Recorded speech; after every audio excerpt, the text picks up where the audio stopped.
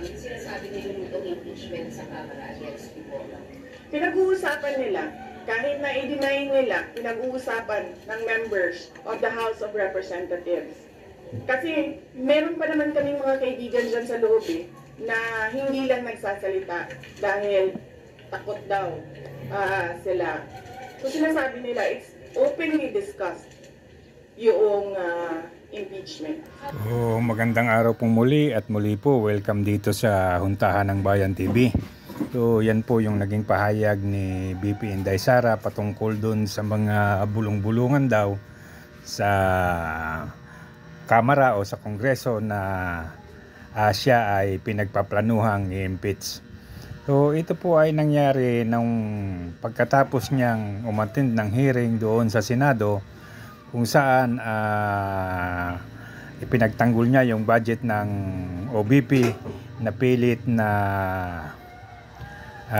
pinupolitika ni Senator Risa Hontiveros hanggang sa nauwi po yun sa pagsasabi ni Inday na si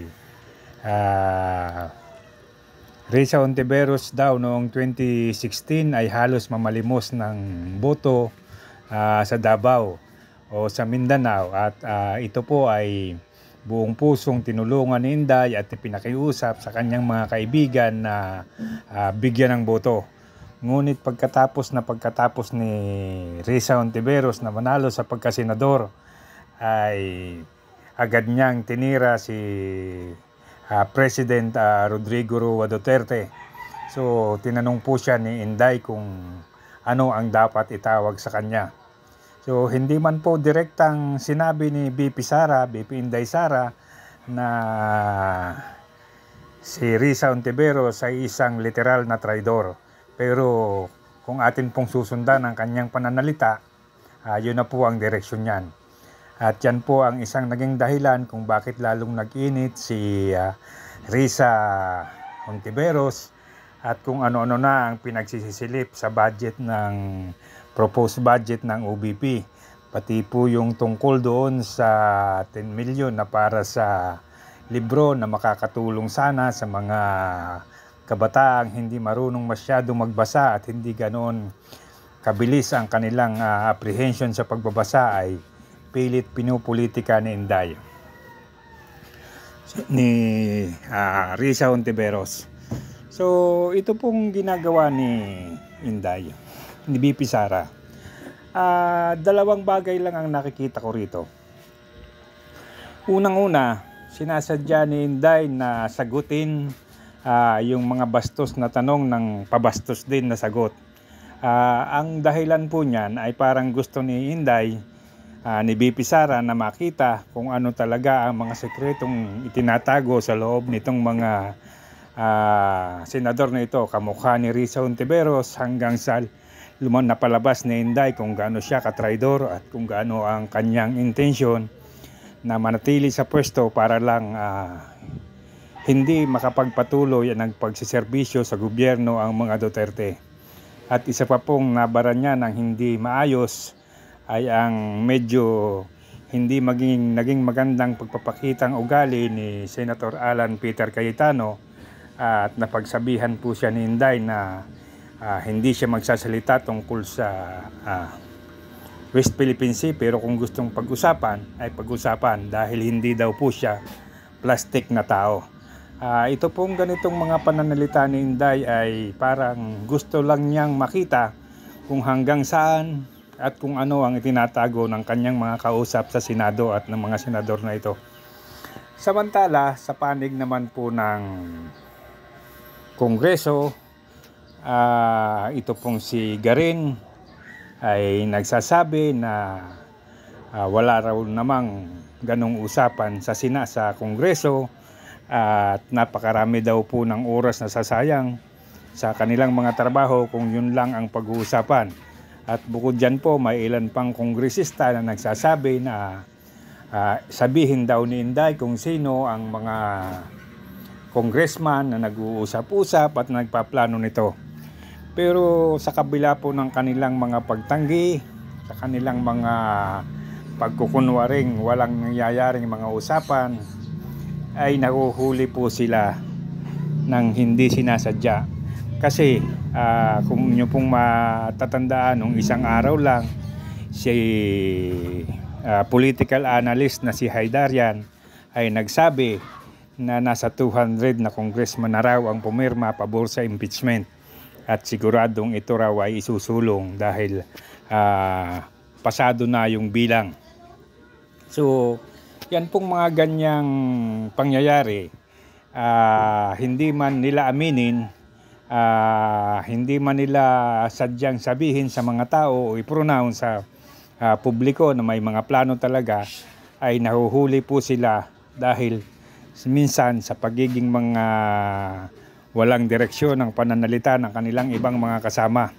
At yun pong isa nilang sinasabi na kailangan isiro ang budget ng Office of the Vice President ay napakalaki pong talagang katarantaduhan kung tutusin.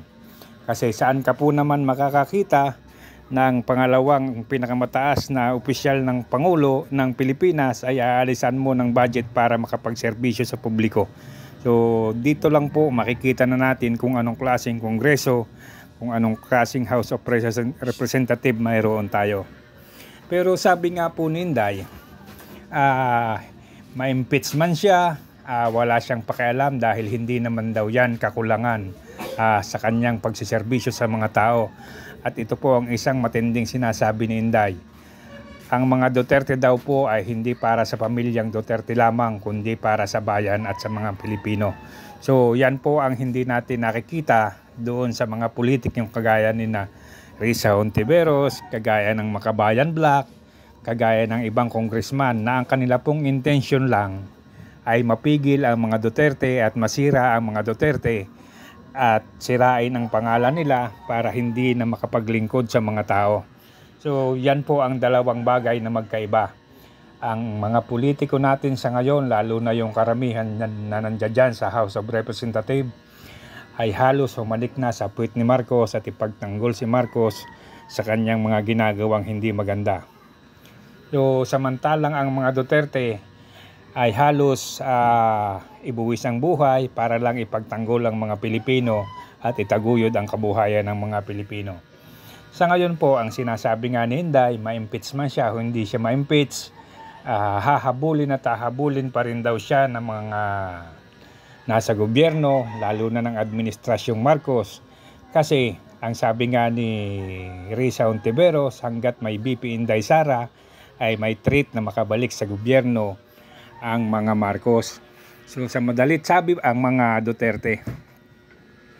So sa madalit sabi po, ang intensyon talaga nila sa paghabol kay Inday ay ang tuluyang pagsira dito at hindi na magkaroon ng pamilyang Marcos, ang pamilyang Duterte na makabalik sa gobyerno at naipagpatuloy ang maganda nilang serbisyo. Ngunit kung atin pong matatandaan, sa panahon ng Pangulong Duterte, naramdaman po halos lahat ng Pilipino kung gaano siya kasinsiro, kung gaano siya makapilipino at kamakabayan, kung paano niya ipinadama sa mga tao ang pag-aaruga at pag-aasikaso, pagmamahal lalo na nung panahon ng pandemya. At yan po ay isang bagay na hindi na mababago ng mga Marcos. Kahit anuman pong paninira ang gagawin nila sa ngayon, palagay ko medyo mahihirapan na sila.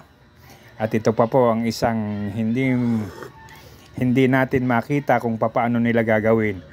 Ang sinasabi nilang impeachment, 200 na raw yung nakapermang kongresista at okay na sa kanila para i-proceed ang proseso ng impeachment. Pero ang tingin ko dito, kapag ginawa nila yan, para nilang sinindihan ang damdamin ng mga tao at magpuyo sa galit at itaboy lalo sila sa Malacanang.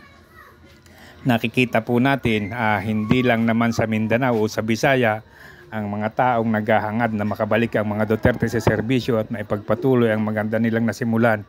Kahit po dito sa Luzon, nararamdaman niya ng mga tao. So kung yung impeachment na yan ay talagang itutulong nila, mukhang magkakaroon talaga ng hindi magandang katapusan ang pamahalaang Marcos. Mukhang mapipilitan talaga silang itaboy ng mga tao sa Malacanang at palayasin sa Pilipinas.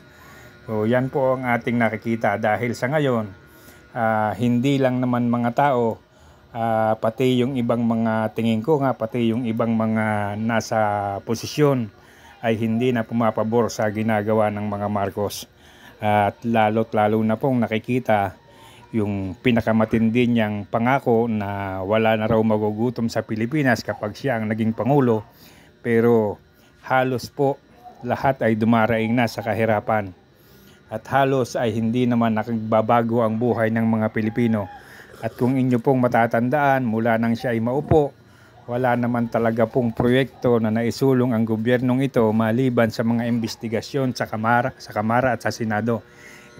Investigasyon sa SMNI, pagpapasarado ng SMNI, investigasyon sa PCSO na nauwi lang sa wala sa matapos mag-ingay ng husto si Tulfo ay nauwi rin sa wala. Ang kanilang People Initiative na halos lahat na lang ng panggugulang at panluloko sa mga tao ay ginawa. At ang umpisa na pagpapabagsak sa mga Duterte na hanggang ngayon ay hindi nila matibag-tibag. Hanggang ngayon ay nananatiling nakatayo at matatag. So yun pong impeachment na yan, kapag talagang nagpilit silang isulong, mukhang magiging delikado ang kalagayan ng pamahalaang Marcos. Mukhang taong bayan na ang makakalaban nila. At itong mga kongresista na ito na nagsusulong, palagay ko makikita nila ang galit ng mga tao at makikita nila kung paano sila itaboy ng mga tao dyan sa Kongreso. So, tama po si Inday. Kahit naman po siya ay ma-impeach, talagang hindi naman kakulangan sa kanila ang posisyon ng pangalawang Pangulo para makapagserbisyo sa mga tao. Pero ang isa pong medyo matindi-tindi rito ay nakikita ng mga tao at nararamdaman po yan ng mga mamamayang Pilipino na mukhang si Inday Sara lang ang pwedeng magpatuloy ng nasimula ng kanyang ama. Unang-una yung mga proyektong dapat napapakinabangan ng mga tao, yung mga bagay na dapat nakukuha ng mga tao, yung mga serbisyong dapat para sa tao, na halos nauwi lahat sa wala at naging puro investigasyon na lang sa Kamara, sa Senado. At naging concentrated po silang lahat sa SMNI at kay Pastor Kibuloy, kay Alice Go at sa Pogo na kunwari ay walang kaalam-alam ang pamahalaan, pero sa totoo lang sila naman pala ang nagpapatakbo ng Pogo. Kung atin pong makikita yung huling picture na pinadala ni Maharlika kung saan nakikipag-meeting pa yung mag-asawang Marcos sa mga may-ari ng Pogo. So hanggang dito na lamang pong muli, at muli po paki-like and subscribe na lamang, at maraming salamat po. Sa mga susunod na araw po tatalakayin uli natin itong impeachment na pinagpaplanuhan nila para kay Sara Duterte, pero mukhang magiging malabo na ito at mukhang hindi na nila ito magagawang ituloy. So maraming salamat po muli, at muli po paki-usap, paki-like and subscribe na lamang po, at